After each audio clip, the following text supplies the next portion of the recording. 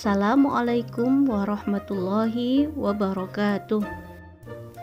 Anak-anakku yang soleh dan soleha dan saat ini belajar dari rumah, semoga kabar kalian selalu sehat walafiat, bahagia dan tetap semangat. Amin ya rabbal alamin.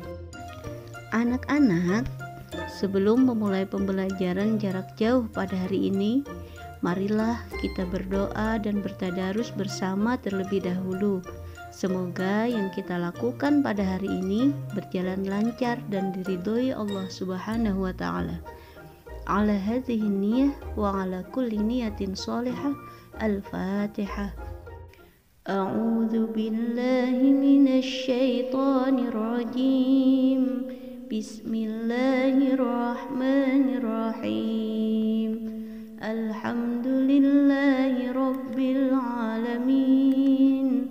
Ar-Rahmanir Rahim. Maliki yaumiddin. Iyyaka na'budu wa iyyaka nasta'in. Ihdinas siratal mustaqim. Siratal ladzina an'amta 'alaihim ghairil maghdubi 'alaihim waladdallin. Amin. Raditu billahi rabba wa bil islami dina wa bi Muhammadin nabiyyan wa rasula. Rabbi zidni ilma warzuqni fahma waj'alni minas sholihin. Anak-anakku yang soleh dan soleha, setelah sebelumnya kita sudah membaca dan menghafalkan doa sebelum dan sesudah makan minum, maka pada hari ini kita akan mempelajari tentang mengapa kita perlu berdoa sebelum dan sesudah makan minum.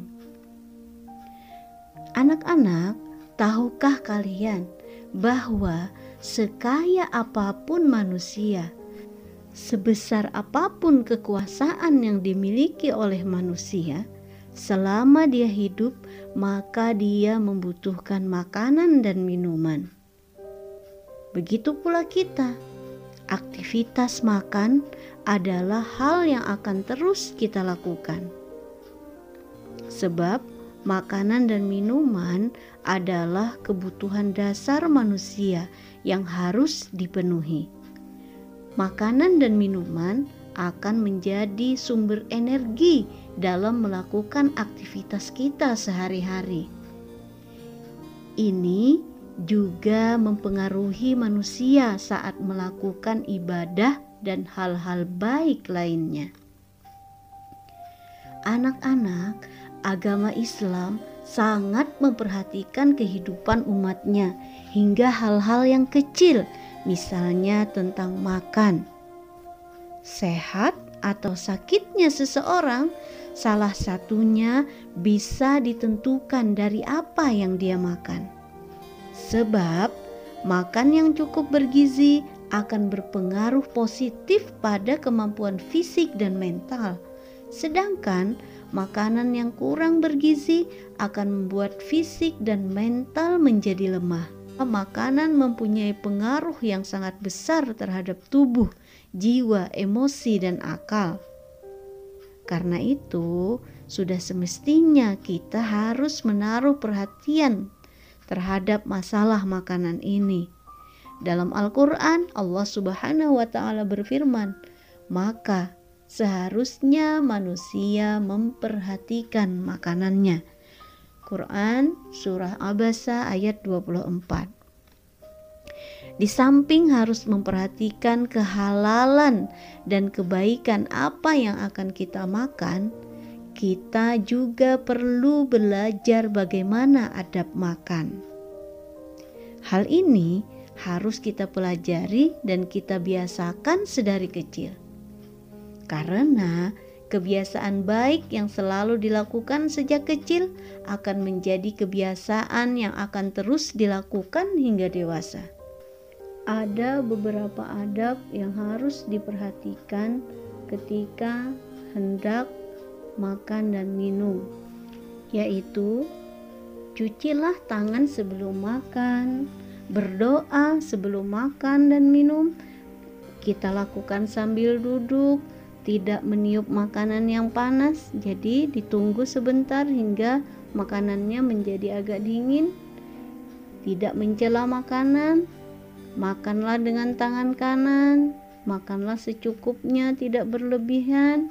Habiskan makananmu, ambillah makanan yang posisinya paling dekat dengan dirimu, berdoa setelah makan.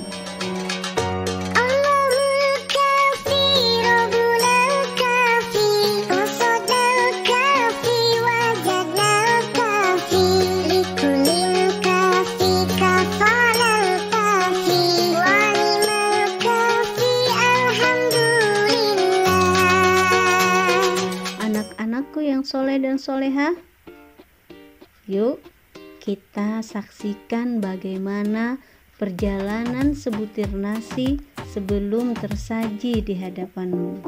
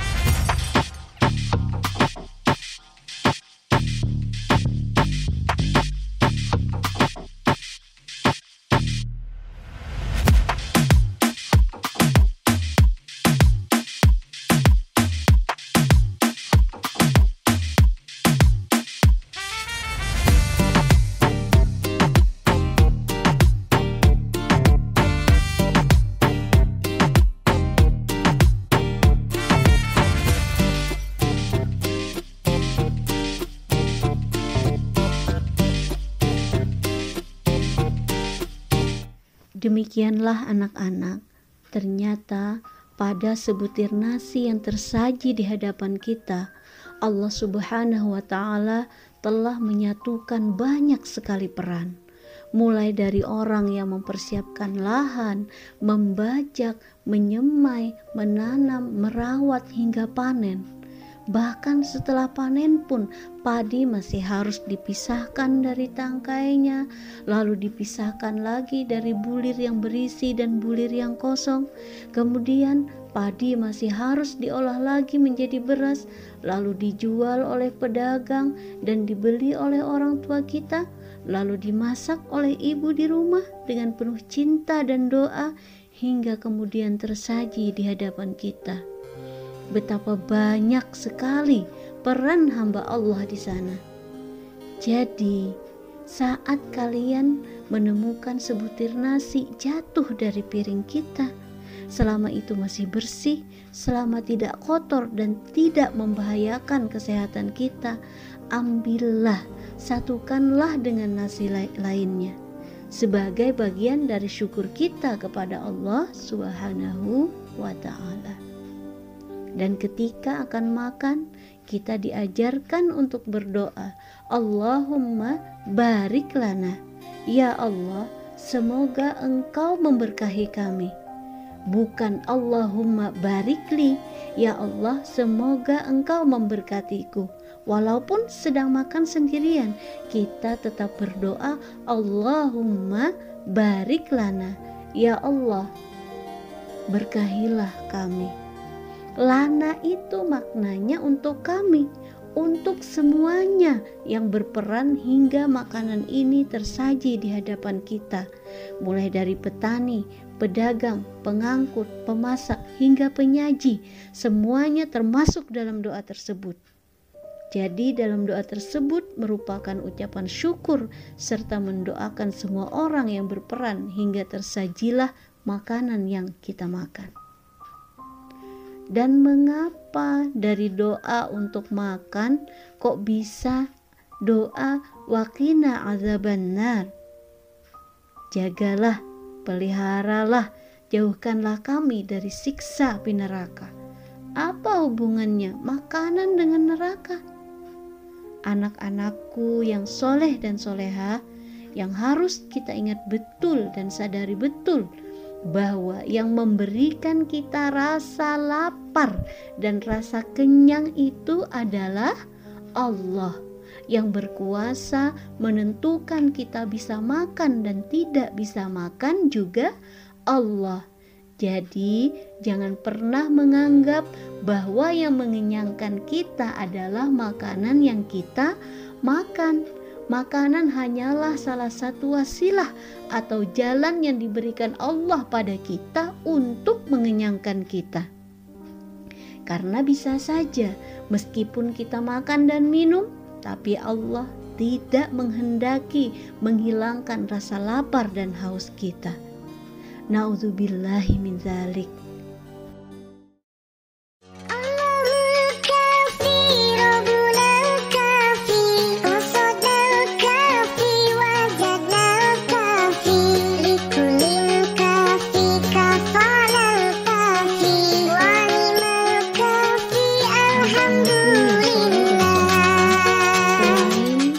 Doa sebelum makan minum, kita pun hendaknya berdoa sesudah makan minum, agar apa yang telah kita makan menjadi kebaikan dan tidak membuat kita lalai kepada Allah. Selain itu, berdoa sesudah makan minum merupakan ciri rasa syukur kita kepada Allah atas nikmat yang telah Allah berikan. Baik itu nikmat makanan dan minuman maupun nikmat iman dan Islam. Nah, bunyi doa yang kita baca sesudah makan minum adalah Alhamdulillahillazi at'amana wa saqana wa ja'alana minal muslimin.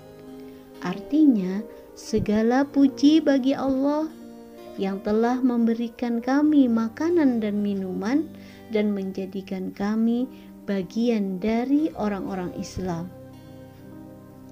Apa yang diajarkan oleh Nabi Muhammad SAW dalam doa tersebut adalah bersyukur atas kenikmatan makanan yang telah diberikan Allah kepada kita. Maka dengan membaca doa sesudah makan minum ini, kita diingatkan pada kekuasaan Allah dalam mendatangkan makanan, memasukkan makanan itu ke dalam tubuh kita dan membuat kita merasakan kenyang. Sesungguhnya proses makan dari awal sampai akhir adalah murni kekuasaan Allah, bukan atas kemauan kita. Membaca doa sebelum dan setelah makan minum juga berarti tidak memberi peluang bagi syaitan untuk menggoda saat makan. Sebab syaitan juga bisa menggoda manusia lewat perjalanan darahnya. Rasulullah SAW bersabda, sesungguhnya syaitan itu berjalan dalam tubuh manusia mengikuti jalan peredaran darahnya. Hadis riwayat Ahmad, Bukhari dan Muslim. Anak-anakku, Dengan membaca doa sebelum dan setelah makan, seseorang akan terhindar dari gangguan dan keikutsertaan syaitan dalam proses makan. Rasulullah Shallallahu Alaihi Wasallam bersabda, sesungguhnya syaitan bisa makan jika tidak disebut nama Allah Subhanahu wa Ta'ala pada makanan itu.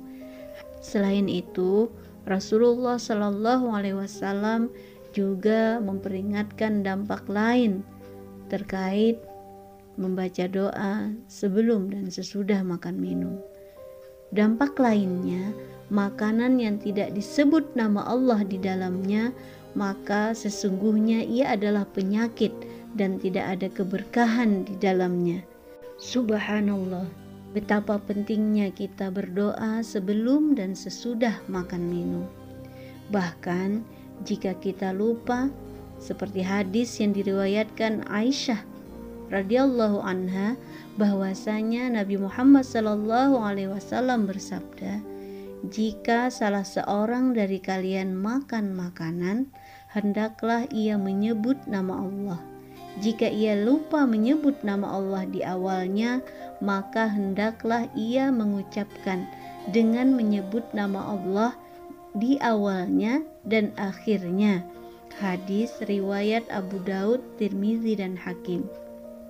Jadi anak-anakku yang soleh dan solehah, sebagai hamba Allah yang beriman dan berserah diri kepada Allah, sebagai umat Nabi Muhammad Sallallahu Alaihi Wasallam yang selalu berusaha meneladani semua perkataan dan perbuatan beliau, kita tentu akan berusaha membiasakan diri untuk selalu berdoa sebelum dan sesudah makan minum. Anak-anakku yang soleh dan solehah, demikian penyampaian materi untuk hari ini. Semoga menjadi ilmu yang bermanfaat. Mohon maaf untuk segala kekurangan, dan Bu Guru ucapkan terima kasih atas perhatian dan semangat kalian semua. Silahkan melanjutkan pada kegiatan berikutnya, yaitu mengerjakan tugas pada link yang sudah Bu Guru share di chat grup WhatsApp. Jika ada hal-hal berkaitan doa sebelum dan sesudah makan minum yang belum dimengerti dan perlu ditanyakan, silakan tuliskan pertanyaan pada link tersebut. Dan kita akhiri dengan membaca hamdalah, alhamdulillahirabbil alamin. Assalamualaikum warahmatullahi wabarakatuh.